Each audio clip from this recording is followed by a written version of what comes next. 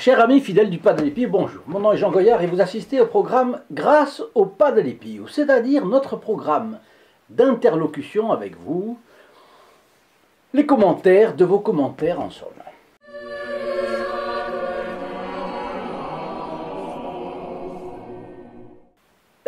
C'est avec joie que nous diffusons gratuitement, vous le savez, les photographies du Padre Pio ainsi que le chapelet portant la médaille du Padre Pio ou le calendrier 2023 sous l'égide du Sacré-Cœur. Mais cela n'est possible que grâce à la générosité du groupe des protégés du Padre Pio, il faut le savoir. Je vous en reparlerai, mais vous pouvez savoir qui sont les membres de ce groupe si actif en visitant le lien ci-dessous www.st-padre-pio.fr.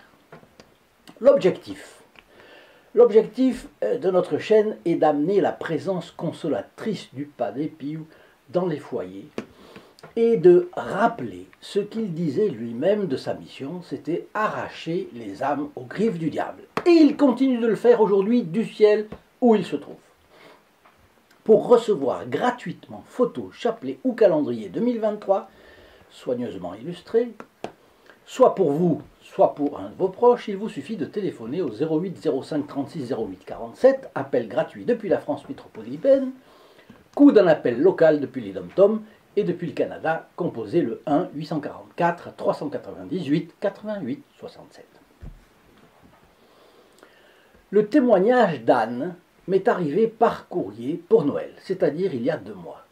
Mais il concerne une véritable conversion de décembre 2020. Cela a été le cadeau de Noël d'Anne pour nous. Alors, je vous lis sa lettre.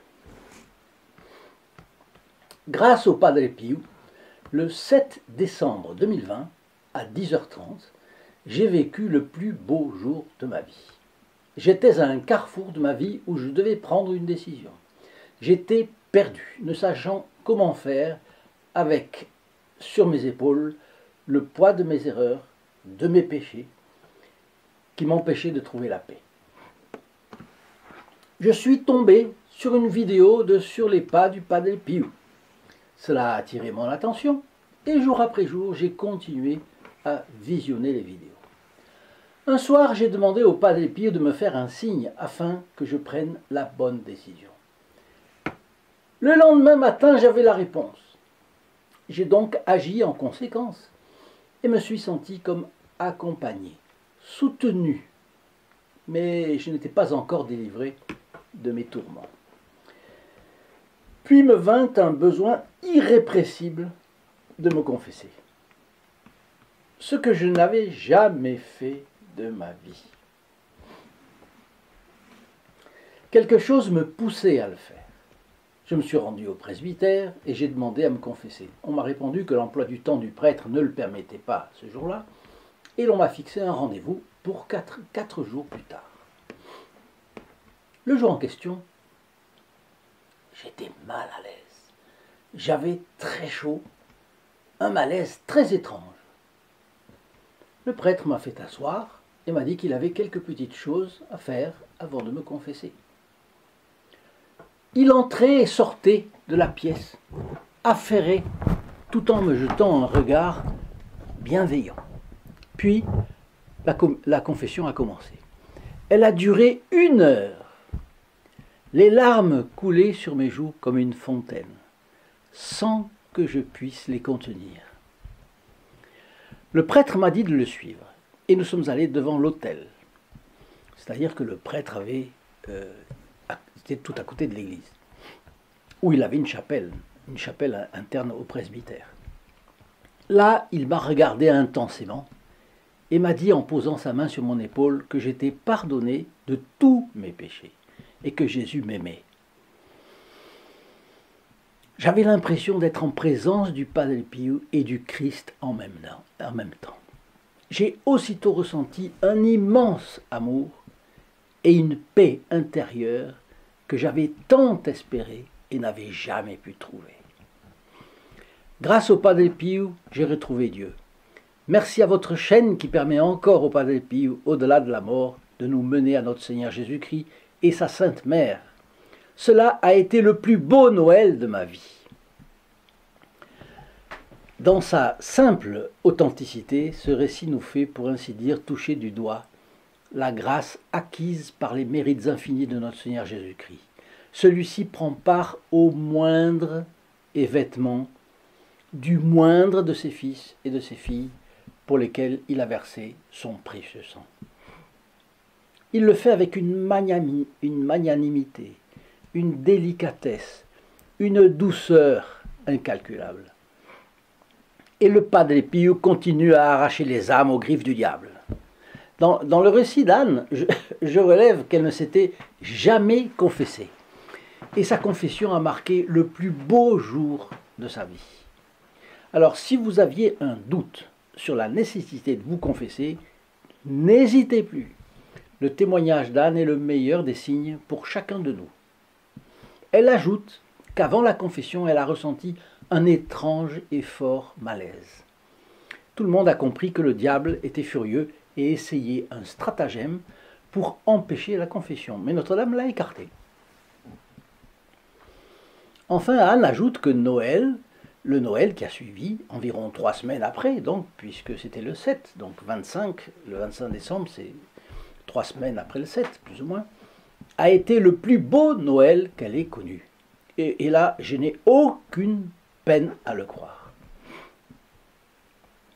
Pour moi, 2 réflexions supplémentaires pour remercier chaleureusement Anne de nous avoir écrit à ce propos. Dieu nous a donné nos facultés intellectuelles pour qu'on s'en serve. Et la mémoire en est une. Nous avons le devoir de conserver ces grâces, ce genre de grâces qui nous arrive à nous, chacun a son histoire, non pas conserver ces grâces, non pas comme un bijou dans un bel écrin qu'on va ouvrir 1, 2, 3 fois par an pour une fête, pour Noël, pour Pâques, que sais-je, mais plutôt comme un livre de prière auquel on se reporte régulièrement.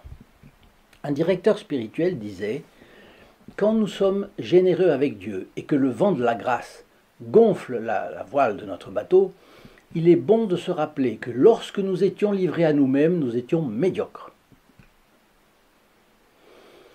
Et quand la vie spirituelle connaît la sécheresse et que tout semble lourd à bouger, c'est le moment où la Providence nous demande une preuve d'amour et de pratiquer la patience, l'endurance, la confiance. Et ainsi, en ayant ces 2 attitudes, on évitera 2 déséquilibres. L'euphorie qui précède toujours la baisse de morale, l'euphorie est mauvaise, la baisse de morale l'est aussi, et la tristesse qui fige l'âme dans sa mélancolie. Bon, là, c'était la première réflexion. La deuxième, c'est que rien ne vaut une bonne confession. La bonne confession dépend de nous. Contrition, accusation auriculaire, c'est-à-dire directement de la voix du pénitent à l'oreille du prêtre. Donc, confession auriculaire de nos fautes. Et ferme résolution de ne pas recommencer. Ferme résolution. Et là, ça blesse parfois. La fermeté dans la résolution, elle est souvent comme ça. Donc, il faut avoir une ferme résolution. Et une précision, le sacrement de la pénitence est efficace indépendamment de la disposition morale du prêtre. Celui-ci pourrait être un saint, pourrait être un prêtre simplement correct, ou même pourrait être une personne indigne. Cela ne change rien à l'efficacité du sacrement qui opère par les mérites du Christ et le ministère de son Église. Il faut le savoir, cela. La confession est valide dès lors que le pénitent remplit donc les 3 conditions que j'ai déjà énoncées. Contrition, accusation des fautes et ferme résolution de ne pas recommencer. Alors, ça, c'était un super témoignage. Et j'en remercie beaucoup Anne. Les 2 témoignages qui viennent maintenant ont un rapport si direct avec le groupe des protégés du Padre Pio que je dois vous dire un mot de ce groupe. D'abord, sans les membres de ce groupe, ces vidéos seraient impossibles, parce qu'ils forment un groupe de fidèles du Padre Pio qui, malgré les difficultés de chacun, solitude, problèmes de santé, difficultés pour trouver un travail, parfois, ennui d'argent, préoccupations pour la scolarité des enfants, font un effort spécial pour rendre matériellement possible l'édition de nos plaquettes sur la vie du Padre Pio, ses conseils de confession, son recueil de prières, ses photos, médailles, etc. Ce matériel est distribué gratuitement et envoyé franco de port dans tous les coins de France, y compris les dom-toms. Et cela coûte cher. Cet effort, qui le fait? Eh bien, il est assumé par les membres du groupe des protégés du Padre Pio. Nous les en remercions en conséquence. Ils reçoivent quelques petits cadeaux favorisant leur vie spirituelle et surtout 54 messes célébrées chaque année pour eux, leurs proches et leurs défunts. Cela vaut vraiment la peine de connaître l'apostolat qu'ils font. Et c'est assez simple. Il vous suffit de cliquer sur le lien affiché sous cette vidéo, ici en bas, www.st-padre-pio.fr, et puis de vous laisser guider. Alors vous allez voir, ces deux témoignages que je vous donne maintenant ont un rapport avec ce que je viens de vous dire. Le 14 avril 2022, oui, je suis un petit peu en retard pour commenter,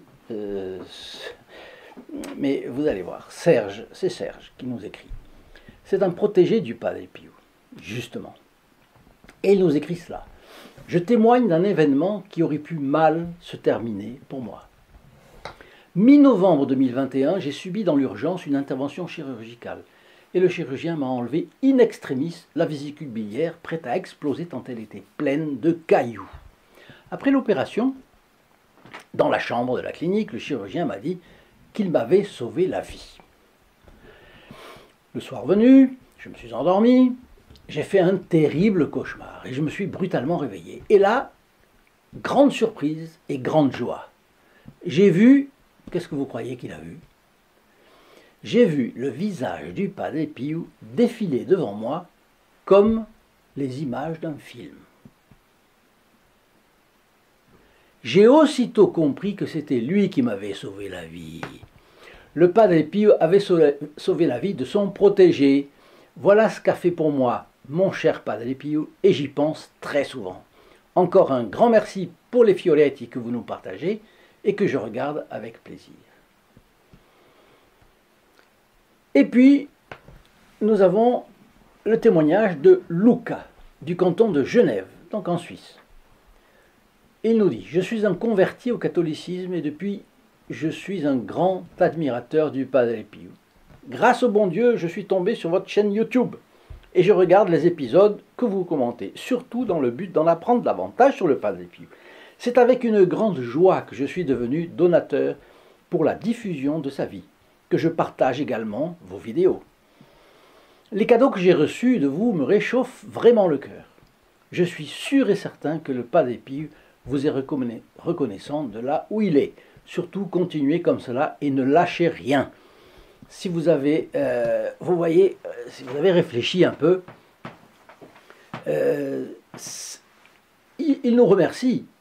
Mais c'est lui qui est un donateur aussi, comme vous peut-être, de notre chaîne. Donc en réalité, il veut bien nous remercier, mais je lui retourne le compliment en réalité. Je dis bien que tout ce qu'il y a ici, qui peut se faire de bien dans la chaîne, sur les pas du Padre Pio, eh bien c'est un travail d'équipe. Il n'y a pas seulement celui qui présente le vidéo, et il y a 5 personnes derrière qui travaillent. C'est pas facile. Ils ne font pas que ça, mais ils travaillent beaucoup à cela. Et puis, il y a les donateurs. Donc vous voyez, c'est une équipe. Nous sommes tous membres d'une même famille spirituelle, et nous travaillons ensemble au service du bon Padre Pio. Si vous avez aimé cette vidéo d'aujourd'hui, eh bien veuillez aller sur le site www.st-padrepio.fr pour suivre nos actions et connaître le groupe des protégés du Padre Pio. Enregistrez votre like en cliquant sur le bouton avec la petite main, envoyez-moi vos commentaires et suggestions, et si vous avez reçu des grâces signalées du Padre Pio, faites comme Anne, racontez-les-nous, cela fait du bien à nous tous. À commencer par moi qui vous en parle. Enfin, partagez nos vidéos sur les réseaux sociaux. Et quand vous partagez une vidéo, non seulement vous entrez dans les intentions de la messe du vendredi à midi, mais les personnes qui la reçoivent par ce moyen entrent aussi dans les intentions de cette messe. Soyez ainsi le trait d'union entre les âmes et le Padre Pio. Chers amis, fidèles du Padre Pio, très bonne journée à vous, et puis à la prochaine fois. Au revoir. In nome del Padre, del Figliolo e dello Spirito Santo, e così sia. Sia lodato Gesù e Maria, oggi e